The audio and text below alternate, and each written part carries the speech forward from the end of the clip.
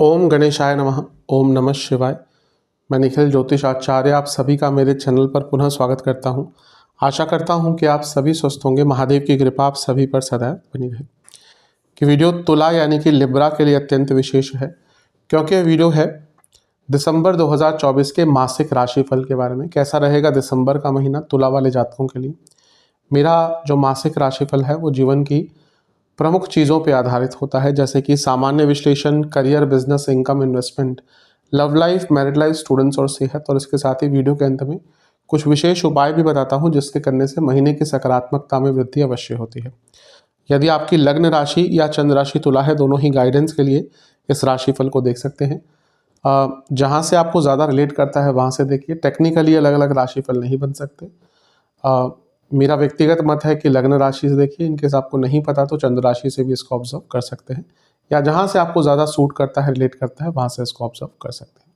तो शुरू करते हैं इस अत्यंत महत्वपूर्ण मासिक राशिफल का सामान्य विश्लेषण के साथ। शुरू करते हैं सामान्य विश्लेषण के साथ। ये महीना ऐसा है जहां पर वक्री ग्रहों का प्रभाव बहुत ज़्यादा रहेगा। बुध नवंबर के अंत में वक्री हो गए, गुरु वक्री अक्टूबर में हो गए थे, अभी भी वक्री रहेंगे।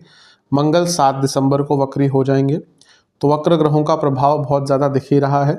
इसके साथ ही राहु केतु सदैव वक्री रहते हैं। तो नव ग्रहों में से 5 ग्रह वक्र अवस्था में है। ये ऑलरेडी कुंडली का जो फोकस होता है या बैलेंस होता है उसको शिफ्ट कर देता है। वक्री ग्रह बुरे नहीं होते, लेकिन हाँ, वक्री ग्रह टेस्ट लेते हैं। और अगर लग्न पर वक्री ग्रह का प्रभाव पड़ता है, जो कि मंगल के द्वारा पड़ेगा, तो उसका इम्पैक्ट थोड़ा सा ज़्यादा रह सकता है। चर्चा करते हैं इन सभी चीज़ों की। सबसे पहले लग्न पर किस ग्रह का प्रभाव रहेगा? मंगल का ही प्रभाव रहेगा। मंगल आपके धनेश हैं और सप्तमेश हैं, तो उनका लग्न पर प्रभाव अच्छा ही है।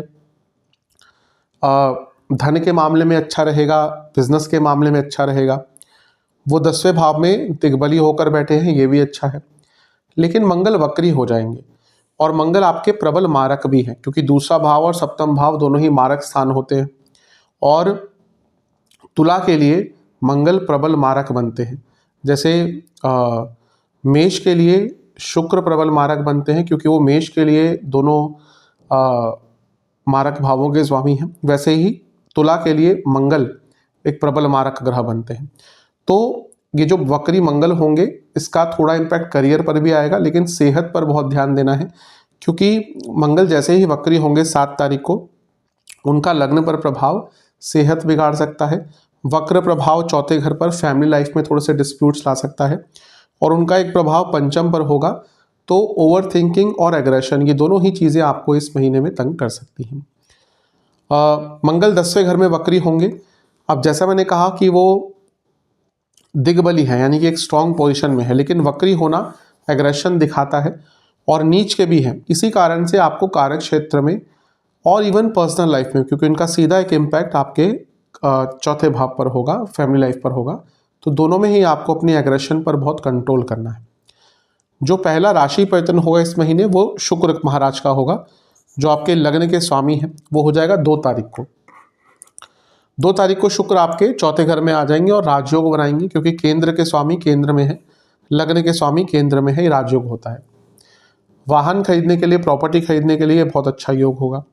लेकिन पुनः अभी हमने वक्र ग्रह का प्रभाव की बात करी, यहाँ पे अगर हम देखें तो शुक्र पर 3 वक्री ग्रहों का प्रभाव होगा। केतु, मंगल 7 तारीख से वक्री, गुरु ऑलरेडी वक्री। तो लग्नेश पर 3 वक्री ग्रहों का प्रभाव अच्छे और बुरे दोनों ही रिजल्ट लेके आता है।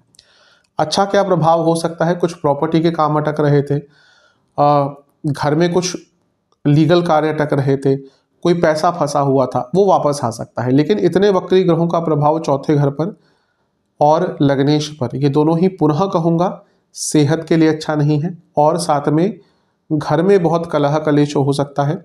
और क्योंकि सप्तमेश मंगल और लग्नेश शुक्र समसप्तक हैं, जिसमें से मंगल वक्री हो जाएंगे, तो ये मैरिड लाइफ पर भी एक नेगेटिव इम्पैक्ट लेकर आ सकता है।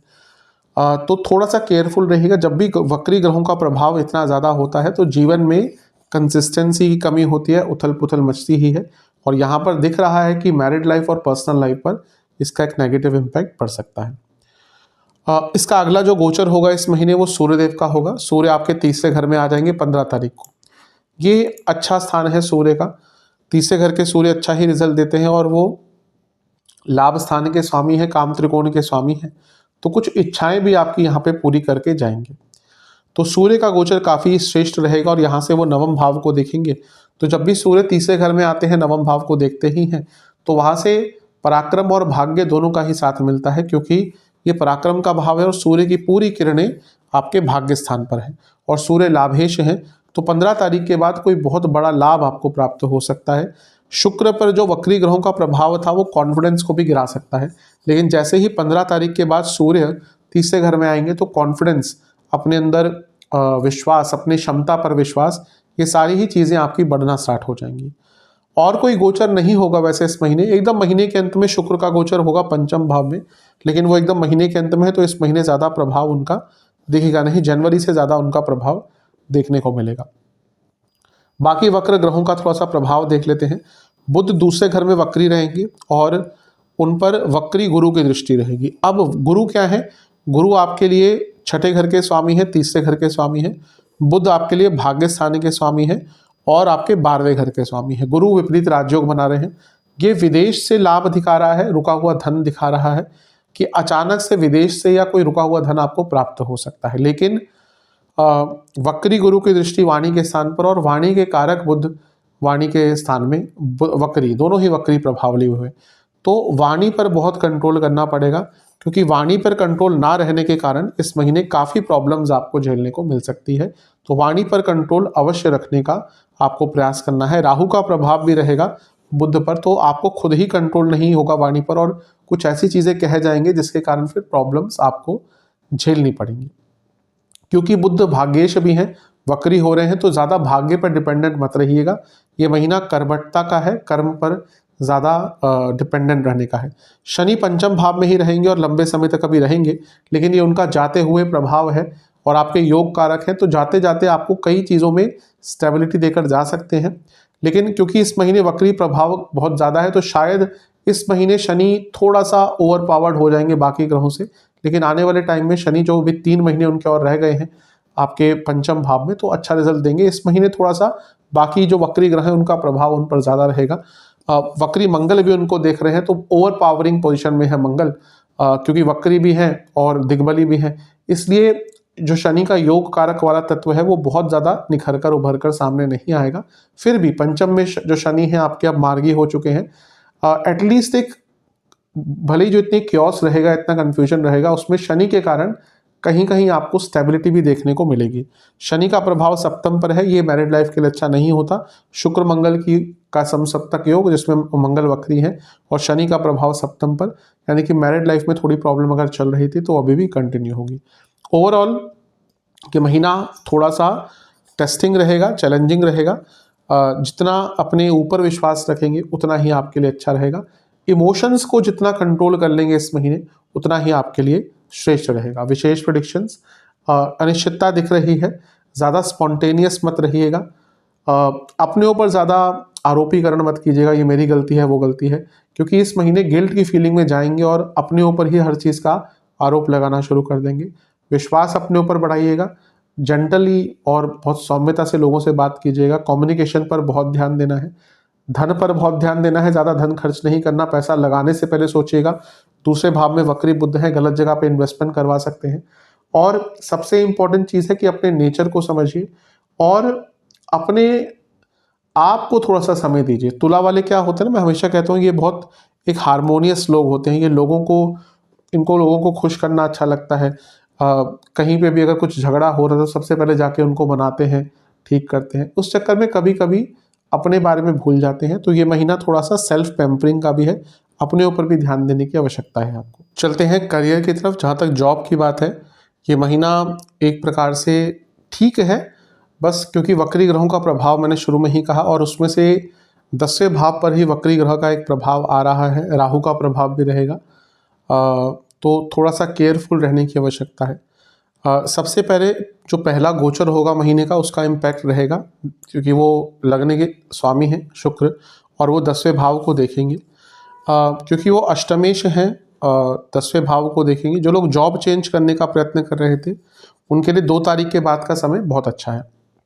अब ध्यान क्या देना है कि मंगल वक्री हो जाएंगे, तो मंगल 7 तारीख को वक्री होंगे। उसके बाद प्रॉब्लम क्या होगा कि आपके अंदर ना गुस्सा बहुत रहेगा, फ्रस्ट्रेशन बहुत रहेगी, और वो सप्तमेश भी है, तो कुछ लोग आपके नाम को खराब करने का प्रयास करेंगे या फिर आपसे ही कुछ गलती हो सकती है जिसके कारण आपकी जो गुडविल है, आपकी इमेज है, जो खराब हो सकती है।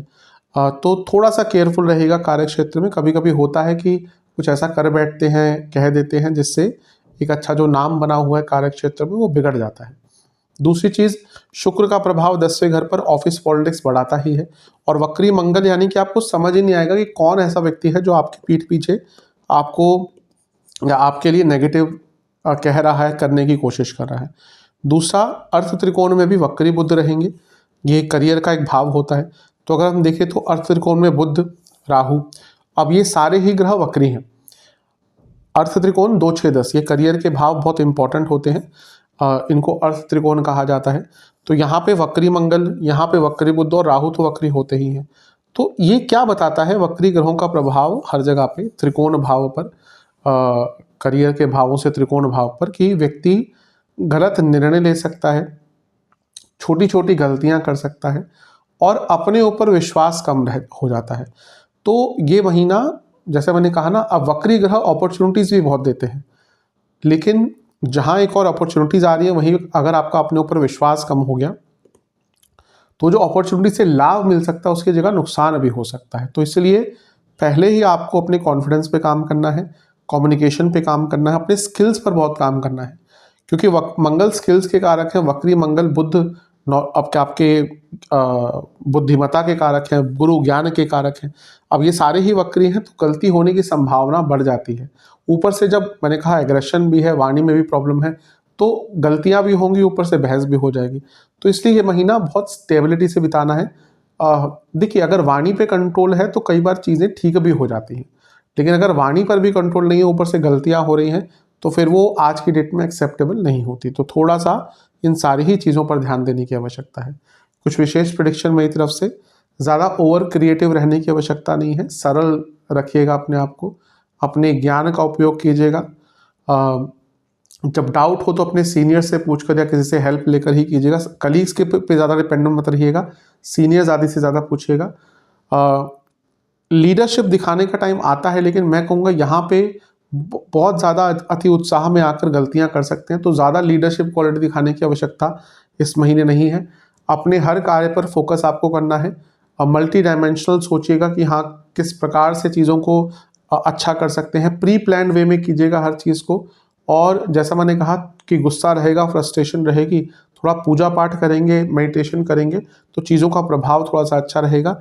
एक बैलेंस मेंटेन करके आपको इस महीने पूरे रखना पड़ेगा। यह बिजनेस की तरफ, जहाँ तक बिजनेस की बात है, ये महीना ठीक ठाक है, लेकिन वक्री ग्रहों का प्रभाव यहाँ पर भी रहेगा, क्योंकि सप्तमेश ही वक्री हो जाएंगे यानी कि मंगल, तो इम्पैक्ट तो आएगा ही। सबसे पहले सप्तम भाव बिजनेस का होता है, तो उस पर इम्पैक्ट किस ग्रह का रहेगा? शनि देव का रहेगा। तीसरी दृष्टि उनकी सप्तम भाव पर रहेगी जहाँ पर मेष पड़ता है। अब शनि क्योंकि मार्गीय हो चुके हैं तो धीरे धीरे करके बिजनेस में स्थिरता आएगी, और जाते जाते शनिदेव बहुत कुछ देकर जाते हैं, तो हो सकता है बिजनेस में नई अपॉर्चुनिटीज आना शुरू हो जाए। अब ध्यान क्या देना है कि सप्तमेश वक्री हो जाएंगे 7 दिसंबर को, यानी कि मंगल की हम बात कर रहे हैं। तो देखिए, मंगल एक ऐसे ग्रह हैं जो बार बार वक्री नहीं होते, मैं पहले भी एक्सप्लेन कर चुका हूँ। मंगल करीबन 2 साल 2.5 साल में वक्री होते हैं एक बार, और पिछली बार मुझे जितना याद है 2022 में शायद अंत में वक्री हुए थे। तो उनका वक्र प्रभाव होता है, थोड़ा सा दिखता है, और वो यहाँ पे अपनी नीच की राशि में भी वक्री हो रहे हैं। तो क्या हो सकता है कि पहला, आपके बिजनेस की इमेज खराब हो सकती है, आपके कॉम्पिटिटर्स आपका नाम खराब करने की कोशिश कर सकते हैं। होता है, अगर बहुत कॉम्पिटिटिव टाइप के बिजनेस होते हैं तो आपको पता नहीं आपके जो आपके कॉम्पिटिटर्स हैं वो आपके खिलाफ क्या कर बैठे, और गलतियां आपसे अपने बिजनेस में भी हो सकती है। जैसे आपका मैन्युफैक्चरिंग का बिजनेस है, कुछ गड़बड़ प्रोडक्ट्स में हो गई, तो थोड़ा सा ध्यान देने की आवश्यकता है। सप्तमेश वक्री हो रहे हैं मंगल, और उनका शनि पे प्रभाव है, यानी कि मैन पावर की प्रॉब्लम भी आ सकती है। और सप्तम से अष्टम में भी एक वक्री ग्रह होगा बुध, और सप्तम से दूसरे में भी एक वक्री ग्रह होगा गुरु। सप्तम से दूसरा उसका धन, और सप्तम से अष्टम उसकी स्टेबिलिटी दिखाता है। तो यहाँ पे दोनों में वक्री ग्रह, यानी कि पैसे में भी थोड़े से अप्स एंड डाउन आएंगे और स्टेबिलिटी भी बिजनेस में थोड़ी सी कम रहेगी। तो केयरफुल रहने की आवश्यकता है। एकमात्र अच्छी चीज़ ये है कि सप्तम से 10वें में लग्नेश हैं शुक्र, जो अच्छी अवस्था में है, तो पैसा भले ही रुक गया है लेकिन आ जाएगा। लेकिन बाकी चीज़ें करियर की बिजनेस की व्यवस्था, मैनेजमेंट, मैन पावर, मैन्युफैक्चरिंग, इन सारी ही चीज़ों में थोड़ी सी इवन टेक्निकल डिफिकल्टीज भी इस महीने आपको देखने को मिलेगी। तो थोड़ा सा केयरफुल रहने का महीना है। जब भी इतने सारे ग्रह वक्री होते हैं तो इम्पैक्ट पड़ता ही है, और इस महीने भी इम्पैक्ट पड़ता हुआ दिख रहा है। कुछ विशेष प्रेडिक्शंस, सबसे इम्पोर्टेंट चीज़ है कि आपको तैयार रहना है हर चीज़ के लिए। हमेशा ऑप्शंस खुले रखिए। अपने जो भी आपका बिजनेस है उसमें जो कोर उसके प्रोडक्ट्स होते हैं, सर्विसेज होती है, जो कि प्रोडक्ट बेस्ड बिजनेस हो, सर्विस भी होती है, तो उनकी नॉलेज आपके पास होनी चाहिए। और जैसा मैंने कहा, इनकेस अगर एक जगह से या एक तरह से काम नहीं हो रहा तो किस प्रकार से एक ऑप्शन आपके पास दूसरा खुला उसके लिए हमेशा होना चाहिए। धन आएगा लेकिन धन की कंसिस्टेंसी नहीं रहेगी। अपने कार्य में, अपने बिजनेस के कार्य में बहुत प्योरिटी रखिएगा।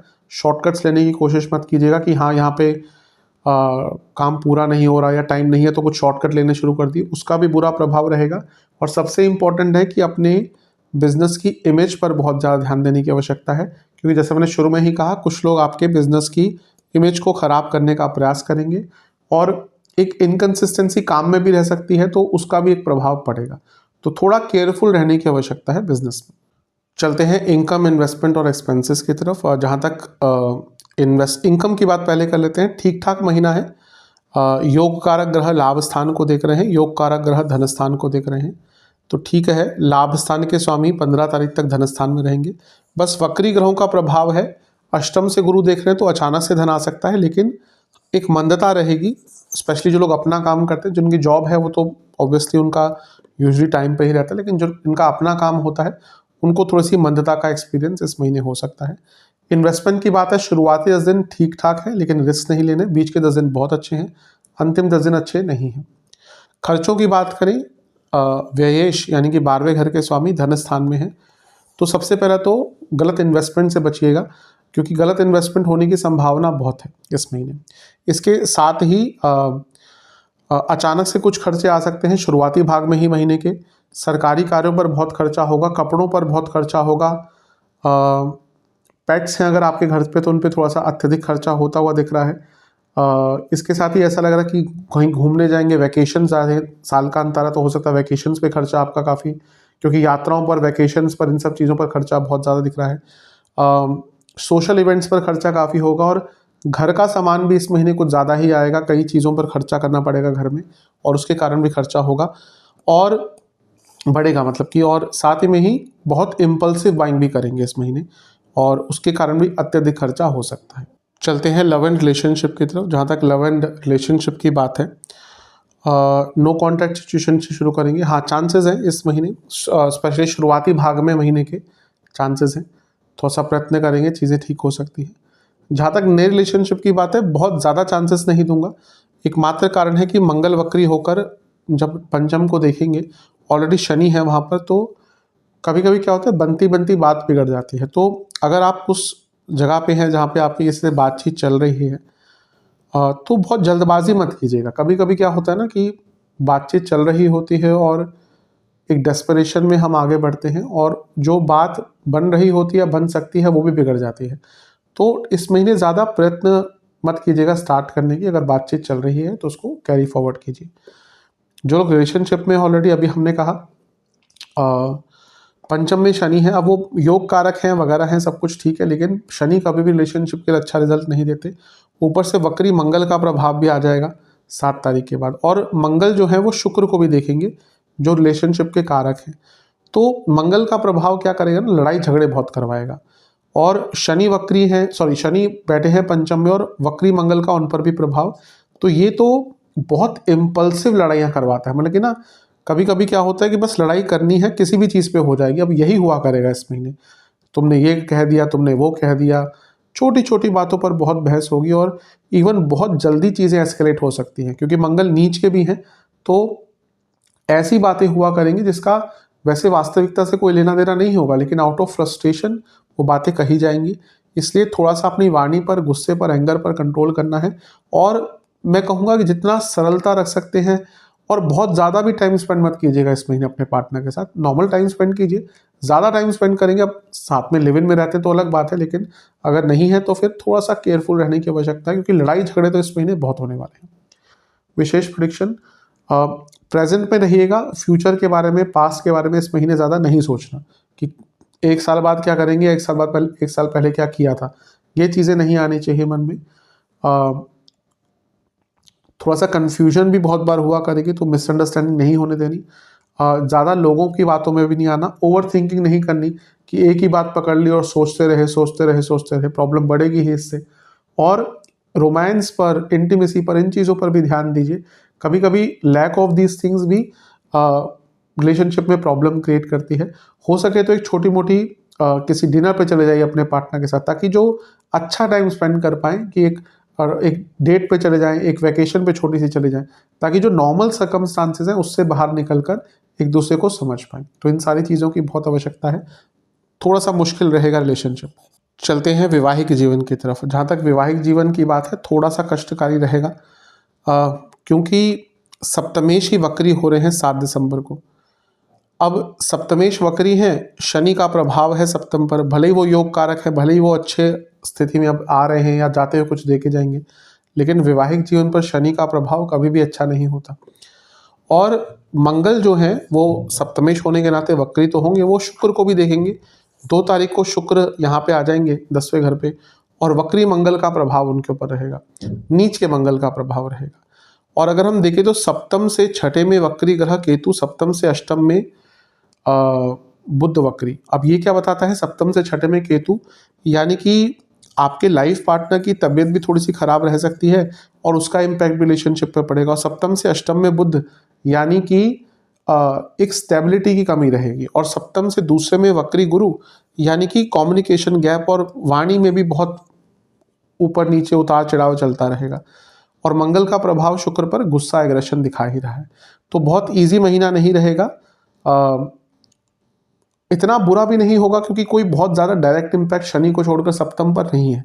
लेकिन बाकी जो इम्पैक्ट है ये बता रहा है कि कभी कभी लगेगा कि चीज़ें ठीक हो रही हैं, 2 दिन 3 दिन बहुत अच्छे जाएंगे, फिर अचानक से ऐसी बहस हो जाएगी जिसको आप सोचेंगे कि ये क्या, कहाँ से प्रॉब्लम आ गई। तो इनकंसिस्टेंट महीना रहेगा मैरिड लाइफ के लिए। तो जितना अपनी तरफ से स्टेबल रख सकते हैं उतना रखिएगा। विशेष प्रेडिक्शन, पेशेंस बहुत इंपॉर्टेंट है, एक नया नज़रिया बहुत इंपॉर्टेंट है, पैशन बहुत इंपॉर्टेंट है, अदरवाइज प्रॉब्लम हो सकती है। अच्छा समय बिताइएगा साथ में, मन की बातें एक्सप्रेस कीजिएगा, प्रॉब्लम भी एक्सप्रेस कीजिएगा। कभी कभी क्या होता है ना कि मन में कुछ विचार चल रहे होते, कोई प्रॉब्लम चल रही होती है, उसको हम अपने आप ही दबा के रखते हैं, फिर उसका इम्पैक्ट रिलेशनशिप पर पड़ता है। कभी कभी प्रॉब्लम बता दिया जाए अपने पार्टनर को, भाई ये प्रॉब्लम हो रही है, तो वो भी थोड़ा समझ जाएंगे कि हाँ, हो सकता है इसके कारण आपका स्वभाव बदल रहा हो। तो अब एक अच्छा डिस्कशन, इसलिए मैं हमेशा कहता हूँ कि अगर रिलेशनशिप में जाना है, मैरिड लाइफ में जाना है, तो डिस्कशन बहुत अच्छी होनी चाहिए। अगर आप नहीं कर पा रहे अपने पार्टनर से पूरी बातें, यानी कि कोई कमी है। अच्छी बातें केवल जीवन नहीं बिता सकती, अच्छी बातें केवल रिलेशनशिप और मैरिड लाइफ को नहीं चला सकती। वो डिपेंड करता है कि बुरी बातों को कैसे एक दूसरे को समझ पाते हैं, प्रॉब्लम्स को कैसे समझ पाते हैं, वो डिपेंड करता है कि कैसा वैवाहिक जीवन चलेगा। और आज यही प्रॉब्लम है कि सबको सिर्फ अच्छा ही चाहिए, कि हाँ मैरिड लाइफ बहुत अच्छी हो। ऐसा नहीं हो सकता, जीवन बहुत अच्छा हो, नहीं हो सकता। आप किसी के व्यक्ति के जीवन में उठा के देख लीजिए कि प्रॉब्लम्स चल ही रही होती हैं। किसी के पैसे की प्रॉब्लम है, किसी की कोई और प्रॉब्लम है। आप अगर कलयुग में जन्मे हैं तो पाप भुगतने के लिए ही जन्मे हैं। तो यहाँ पे एक दूसरे की प्रॉब्लम्स को समझना बहुत इंपॉर्टेंट हो जाता है। इसको समझने की कोशिश कीजिए और विश्वास एक दूसरे पर बढ़ाएंगे, बिलीफ बढ़ाएंगे, अटेंशन देंगे, तो जो प्रॉब्लम्स हैं उसमें कमी अवश्य आएगी। चलते हैं स्टूडेंट्स की तरफ। जहाँ तक विद्यार्थियों की बात है, एग्ज़ाम से शुरू करते हैं। शुरुआती 10 दिन बहुत अच्छे हैं, बीच के 10 दिन आपसे ही गलतियाँ हो सकती हैं, कंसिस्टेंसी नहीं रहेगी, अंतिम 10 दिन भी ठीक है। ओवरऑल स्टूडेंट्स के लिए महीना ठीक ठाक है, लेकिन पंचम भाव में पंचमेश है, ये बहुत अच्छी चीज़ है। शनि और मार्गी हो गए हैं, लेकिन वक्री मंगल का प्रभाव रहेगा 7 तारीख से, तो एग्रेशन बहुत रहेगा, इम्पल्सिवनेस बहुत रहेगी, जल्दबाजी बहुत रहेगी। और जो कारक है स्टडीज़ के बुध वो भी वक्री हो रहे हैं और उन पर वक्री गुरु की दृष्टि भी है, राहु की दृष्टि भी है। यानी कि इनकंसिस्टेंसी, ओवर कॉन्फिडेंस, तैयारियों की कमी और कम्युनिकेशन प्रॉब्लम, ये सारी ही चीज़ें तंग करेंगी। तो इन सब पर ही आपको बहुत ज़्यादा ध्यान देने की आवश्यकता है इस महीने। कुछ विशेष प्रेडिक्शन, हाँ कई जगह पे सक्सेस मिल सकती है स्पेशली शुरुआती भाग में महीने के, लेकिन ओवरऑल मूड भी थोड़ा सा अप्स एंड डाउन्स वाला रहेगा। चीज़ें स्लोली आगे बढ़ेंगी, एक लय नहीं रहेगी इस महीने, रिदम नहीं रहेगी इस महीने, और उसके कारण प्रॉब्लम हो सकती है। आपका सेल्फ कॉन्फिडेंस भी कई बार इस महीने कम रहेगा और उसका भी प्रभाव रहेगा। ज़्यादा कंपैरिजंस मत कीजिएगा कि वो ये कर रहे हैं वो कर रहे हैं। ये महीना ऐसा है जहाँ पे बहुत सरलता रखी जाए और अपने प्लस पॉइंट्स पर काम करते हुए आगे बढ़ा जाए। थोड़ा सा प्रॉब्लम रहेगा इस महीने, जैसे महीना आगे बढ़ेगा वैसे थोड़ी सी दिक्कत, क्योंकि वक्री ग्रह का प्रभाव बहुत ज़्यादा है, वो आपको देखने को मिलेगा ही। सेहत की बात करते हैं। शुरू में ही मैंने कहा था वक्री ग्रह का प्रभाव रहेगा मंगल का लग्न पर, और वो आपके प्रबल मारक हैं, तो ध्यान दीजिएगा। स्पेशली किन चीज़ों का ध्यान रखना है इस महीने, फूड इन्फेक्शन बहुत रहेंगी, हार्मोनल प्रॉब्लम बहुत रहेगी, दांतों की और आंखों की प्रॉब्लम तंग कर सकती है, और जिनको कार्डियक प्रॉब्लम है, हृदय संबंधित रोग हैं, क्योंकि चौथे घर पर प्रभाव बहुत है। वक्री मंगल का प्रभाव चौथे घर पर अच्छा नहीं होता कार्डियक प्रॉब्लम्स के, तो इनका ध्यान दीजिएगा। विशेष शुरुआती जो 10 दिन है इसमें लंग्स, छाती से संबंधित एरिया, कार्डियक प्रॉब्लम्स, हृदय संबंधित रोग, स्किन डिसऑर्डर्स, सर के रोग तंग करेंगे। बीच के 10 दिन पुनः वही कार्डियक प्रॉब्लम्स और छाती से संबंधित रोग, जो चेस्ट का एरिया है उससे संबंधित प्रॉब्लम्स, इन्फेक्शन, फीवर, आँखों के रोग, हार्मोनल प्रॉब्लम। अंतिम 10 दिन में पुनः आँखों के रोग दिख रहे हैं, सियाटिका की प्रॉब्लम, लोअर बैक के प्रॉब्लम, बॉडी में पेन बहुत रहेगा, बीपी की प्रॉब्लम और एंग्जाइटी महीने के अंत में बहुत ज़्यादा रहेगी। उपाय की बात करते हैं। ये सरल उपाय आपको एक ही बार करना है। दुर्गा जी को 2 प्रकार के फल, 2 प्रकार के फूल और एक पुष्प की माला अर्पण करनी है। फिर उनको मीठे चावल और हलवे का और एक मीठे पान का भोग लगाना है, और वहीं पर बैठकर आपको दुर्गा चालीसा का 2 बार पाठ करना है और एक बार आरती करनी है दुर्गा माता की कपूर के साथ। ये उपाय कर लेंगे, अवश्य महीना आपका अच्छा जाएगा। आशा करता हूँ वीडियो काम आएगी। चैनल पर नए हैं सब्सक्राइब कीजिए, वीडियो को लाइक कीजिए। मिलता हूँ अगली वीडियो में, तब तक के लिए ओम नमः शिवाय।